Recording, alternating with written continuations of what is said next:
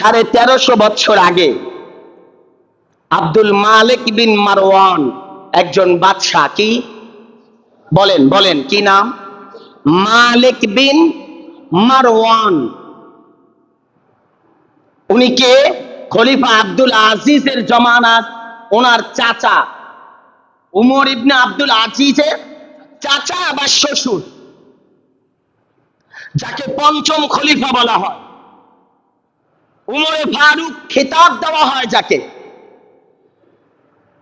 তার জমানার ঘটনা। মালিক ইবনে মারওয়ান তিনি যখন বাদশাহ, তার একজন শাহজাদা ছিল, ছেলে, বলেন কি? বাদশার ছেলেকে কি বলে? শাহজাদা।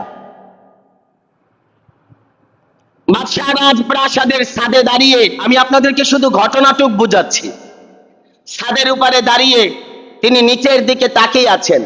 হঠাৎ করে তাকিয়ে দেখলেন একটা ঘোড় সওয়ারি ঘোড়ার পিঠে সওয়ার হইয়া দ্রুত বেগে রাজপ্রাসাদের সামনে দিয়ে যাচ্ছে, মানে অনেক দূর থেকে আসতেছে। বাচ্চা ঘোড়া চালানো দেখে তার অনেক ভালো লাগছে। তিনি রাজপ্রাসাদ থেকে নেমে নিচে আইসা যখন দাঁড়ালেন, যেই ব্যক্তি ঘোড় সওয়ারি ঘোড়ার পিঠে, ঘোড়া দৌড়ালে ধুলা উড়ে না? উড়ে না?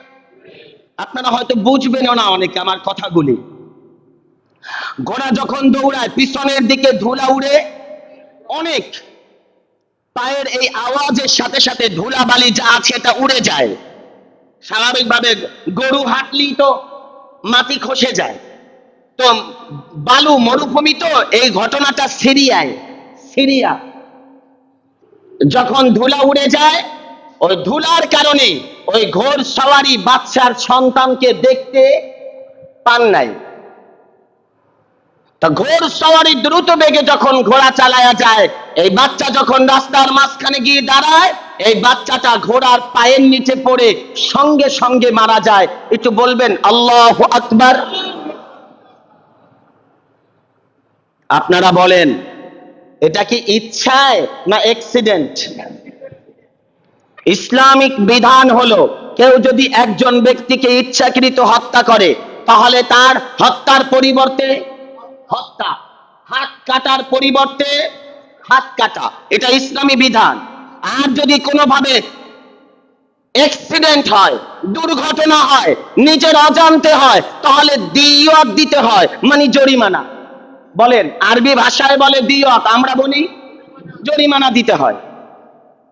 এখন এই বাচ্চা যখন মারা গেল, ঘোড়া তো চলে গেছে, বাদশার কাছে খবর আসলো, মালিক বিন মারওয়ান আপনার শাহজাদা তো ইন্তেকাল করছে একজন ঘোড় সওয়ারির ঘোড়ার পায়ের নিচে পড়ে। কি বলো? কান্নায় ভেঙে গোটা রাজপ্রাসাদে যেন আকাশের মেঘ নেমে এসেছে। তিনি বাদশা ঘোষণা দিলেন, দ্রুত করে আমার দ্রুতগামী ঘোড়া নিয়ে বের হও, 100 সৈন্য নিয়ে যেই ব্যক্তি আমার সন্তানকে হত্যা করেছে তাকে খুঁজে বের করো, আমি নিজের হাতে তাকে রাজপ্রাসাদের সামনে লটকায়া ফাঁসি দিব। একটু বলবেন আল্লাহু আকবার। খুব খেয়াল করুন আলোচনাটা। রিয়াদাতুত তালিবিন একখানা কিতাব, যেটা মিশর থেকে প্রকাশিত, মালিকি মাযহাবের উল্লেখযোগ্য কিতাব, এটার ভিতরে কোট করা হয়েছে।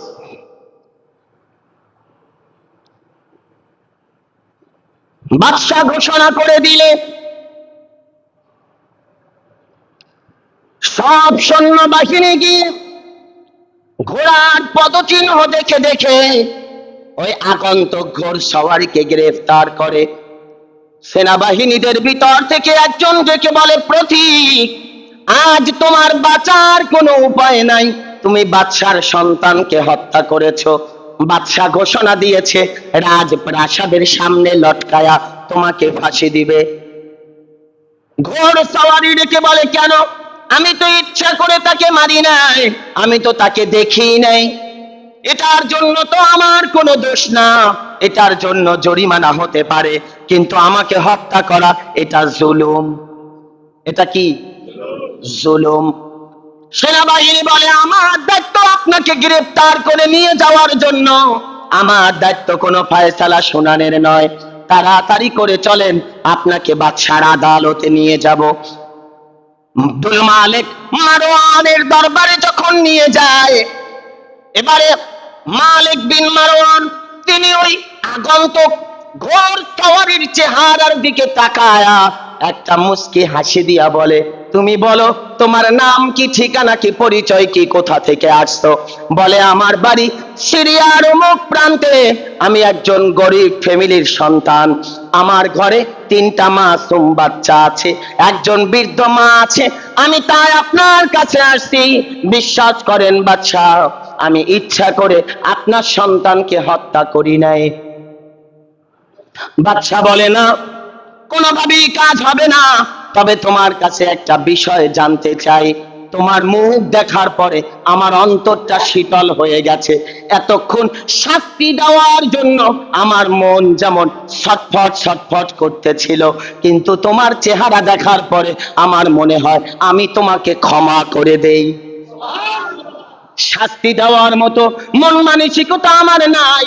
তুমি সত্যি করে বলো, তুমি কোনো কাজ জাদু জানো কিনা, মন্ত্র জানো কিনা? সত্যি করে বলো। আর ভিতরে যে রাগ আর ক্ষোভ ছিল, তোমার চেহারা দেখার সাথে সাথে আমি সব ভুলে গেলাম। তুমি কি জাদু জানো, মন্ত্র জানো? ঘোড়সওয়ারি ডাক দিয়া বলে, বাদশাহ, না না, আল্লাহর কসম করে বলি, আমি কোনো জাদু জানি না, মন্ত্র জানি না। তবে গত 3 দিন আগে আপনার সেনাবাহিনী যখন আমাকে ধরে এবং তারা জানায় আপনি রাজ দরবারে এনে আমাকে ফাঁসি দিবেন, আমি সঙ্গে সঙ্গে একটা মান্যত করেছি। আর একটু জোরে, আমি সঙ্গে সঙ্গে একটা মান্যত করেছি। আল্লাহ, আমি তো ইচ্ছা করে রাজার বাদশাকে হত্যা করি নাই, রাজার সন্তানকে হত্যা করি নাই। আর যদি আপনি আমাকে বাদশার হাত থেকে আমার মৃত্যু ফিরাইয়া দেন, আমি যদি বেঁচে ফিরতে পারি, আপনার কুদরতের কসম, আমি আমার বাড়িতে নবীর আগমন, মিলাদুন নবীর একটা মাহফিল সাজাবো। কোন নবীর? বলেন বলেন। মিলাদুন নবীর একটা মাহফিল আমি আমার বাড়িতে সাজাবো। শুধু আমি এতটুকু মান্যত করেছি, নিয়ত করেছি বাদশাহ, আমি আর কিছুই জানি না। এবারে বাদশাহ ডাক দিয়া বলে, এ আমার সেনা প্রধান, যাও যাও, এই ব্যক্তিকে, আগন্তুক ব্যক্তিকে, আসামিকে তার বাড়ি পর্যন্ত ঘোড়ায় চড়ে পৌঁছায়া দিবা। আমি তাকে ক্ষমা করে দিলাম, মাফ করে দিলাম।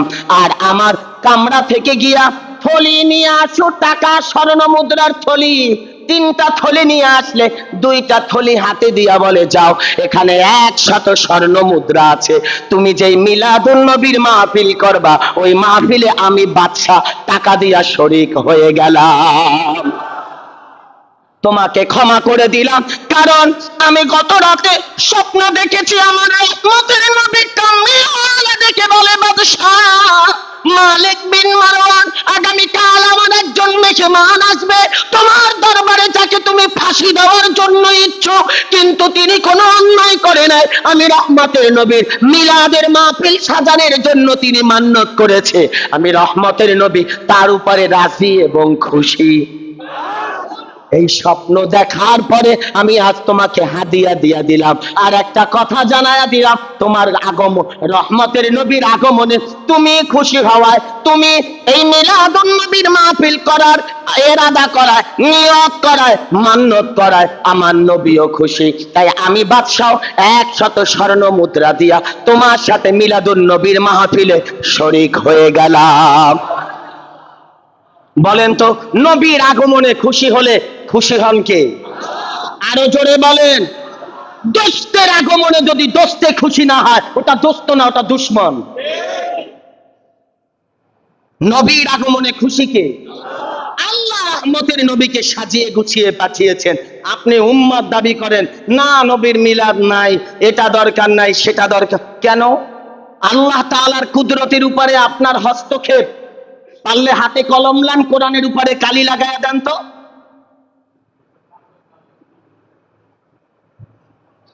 আল্লাহ কোরআনুল কারীমে বলছে, কুল, নবী গো বলেন, বিফাদলিল্লাহ, আমি আল্লাহর পক্ষ থেকে যে ফদল, অবি রহমাতিহি, যে রহমত আসে, ফাবিযালিকা ফালিয়াফরাহু, এটা তোমাদের জন্য কত উত্তম জানো?